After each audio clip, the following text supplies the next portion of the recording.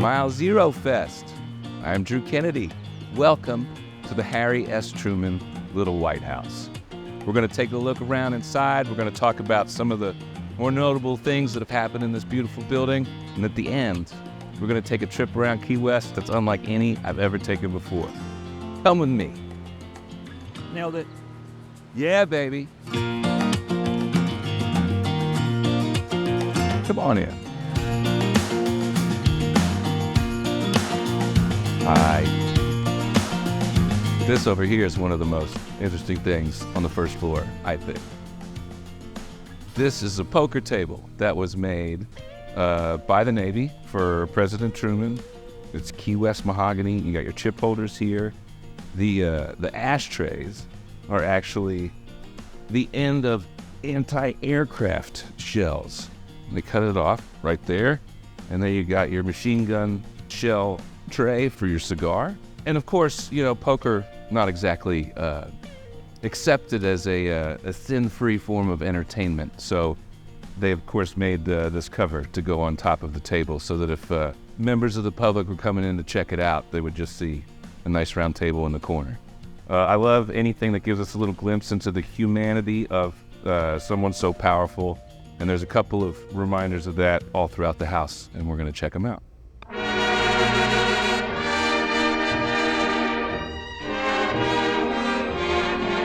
Well, hello. One of the things that the public didn't know about President Truman when he was in office was that he had a heart arrhythmia. They don't make doctors like they used to. So his doctor, for his heart arrhythmia, prescribed him a shot of bourbon to go with his orange juice every morning. So I like to think about President Truman being here kicking off his day with a little bourbon for medical reasons, of course. Particularly fond of Old Granddad because that's my dad's favorite bourbon. And if you hadn't had it, you should give it a try because it's pretty good. This is my favorite part of the house. This room exudes powerful men kicking back for a little bit and doing their best to unwind and not let the stress of their jobs get to them. And I can only imagine the number of bourbons that were poured from this bar and perhaps prescribed from this bar as well. This is the Admiral Silver. Before the Truman White House was the Truman Little White House, this was the Admiral's headquarters. And this is traditional Admiral Silver. No paper plates for President of the United States. So there's great stories about them having picnics on the lawn, eating from these silver pieces of servingware. And you know what? I mean, songwriters can't really fool with silver on a picnic, but President of the United States, no problem. Headed upstairs. This is an original copy of one of the most famous incidents of a newspaper report being dead wrong. Tom Dewey ran against Harry Truman, and the Chicago Daily Tribune was a newspaper. Their writers were on strike at the time, but they're still trying to keep the paper in circulation. They decided to conduct some polling, and they called a bunch of people, asked who they voted for, thus giving us the headline, Dewey defeats Truman. Except it wasn't the case.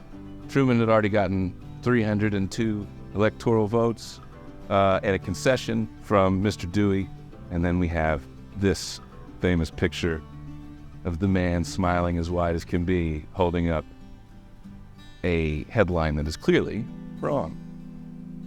302, did I get it right? Back when this place was originally built, these were all screened-in porches, no glass, there wasn't air conditioning. And these floors, longleaf pine, could be 300 years old. Leads us right into the bedroom. One of the things I notice every time I walk into a historic bedroom is how short the beds are. I'm 6'4". This would be a tough sell for me. But I want to talk about this painting. This is a painting that was commissioned for President Truman of the Everglades. His first trip to Florida, he came down to dedicate the opening of the Everglades National Park. And upon his departure from the ceremony, the press said, "Mr. Truman, are you ever going to come back to Florida?" And he said, "Of course I'm going to come back to Florida. I have a little White House in Key West." And he was, of course, talking about this place. He has just come to visit as a part of that trip, fell in love with the place, and the Navy took that as a sign that Mr. Truman would be back. This building was originally gray with black trim. That's when they painted it white. And 12 weeks later, he came back. Nice painting, too. Couple raccoons right there. Better than I can do, that's for sure. So when Truman first arrived in Key West, he was wearing your standard political business guy garb. Way too hot for the climate here. And so a sports goods manufacturing company, fashion company in Miami, sent him an entire crate of Hawaiian shirts. Because they figured not only would the president be a little cooler in Key West wearing their stuff, it would look a little cooler too. And he fell in love with the idea. And so one of the traditions of his staff whenever they would come down to Key West was the crazy shirt contest. Kind of came to be known as the Key West uniform. And he would challenge his guys, because he liked to have fun, to find the craziest, ugliest shirts that they possibly could and wear them to their gatherings down here. And there's some great pictures, unfortunately in black and white, of some pretty crazy get-ups. And I love the idea. All these guys are running the country, but they can still come down here and put on their Hawaiian shirts and kick back a little bit. Before too long, the press was doing it, and it kind of caught on. I would love to see any of our presidents in a Hawaiian shirt these days. But alas, that's left up to history and Truman. And then, of course, some crazy songwriters that come to Key West once a year. But yeah, crazy shirt contest. I'm in. Nope. Start again. Right here. Nope.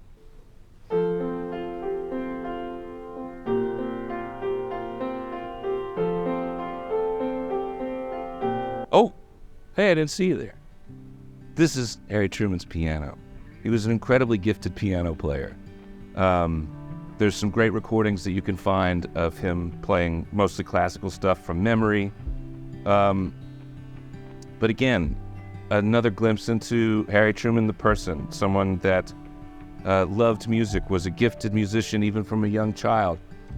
Went to music school for a while and then dropped out because he said, "We lost power." I don't know if you could. He said we're in the dark. This music is completely in the dark for me. Really what happened is we think that he wanted to save his family the money on the tuition.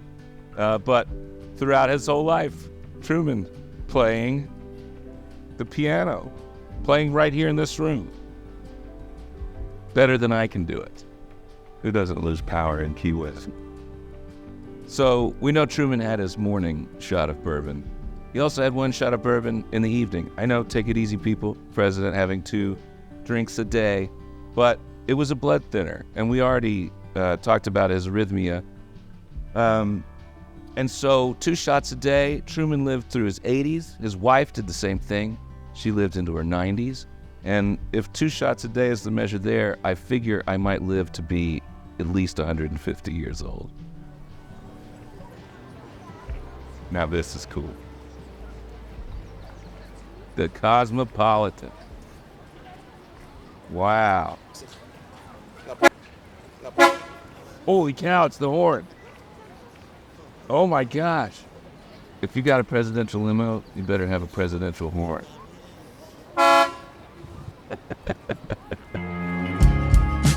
Oh my gosh, thank you, sir. We're in the back of the presidential limo. We're gonna take a little trip around Key West. Give the old girl a spin, what do you say? I'm sitting right where a president used to sit. That is never not cool. Oh, look, everybody's looking at us. As they should. You roll around in a Lincoln like this, people are gonna look.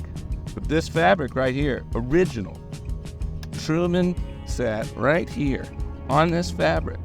I wonder if this will make me like more of a leader through osmosis. If I can just soak up his leadership abilities through the seat of my pants.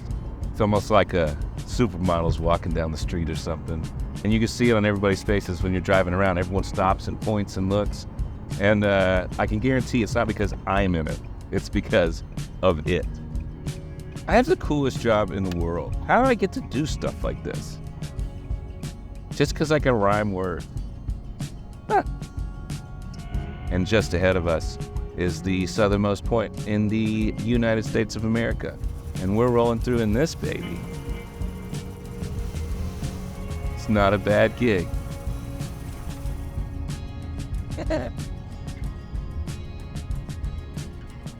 Here we are doing the Duval crawl in style. Hey, there's Willie T's. Just passed a guy wearing a Topo Chico cowboy shirt. Pretty good taste.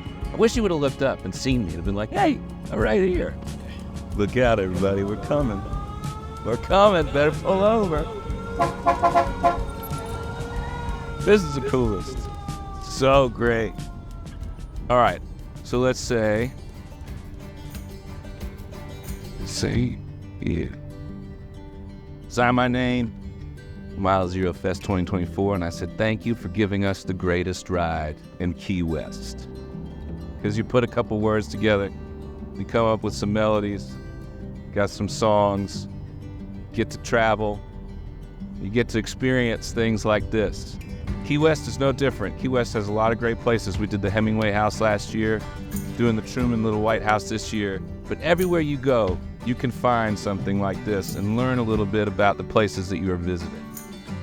Pretty great to get a little reminder of where we've been, where we're going.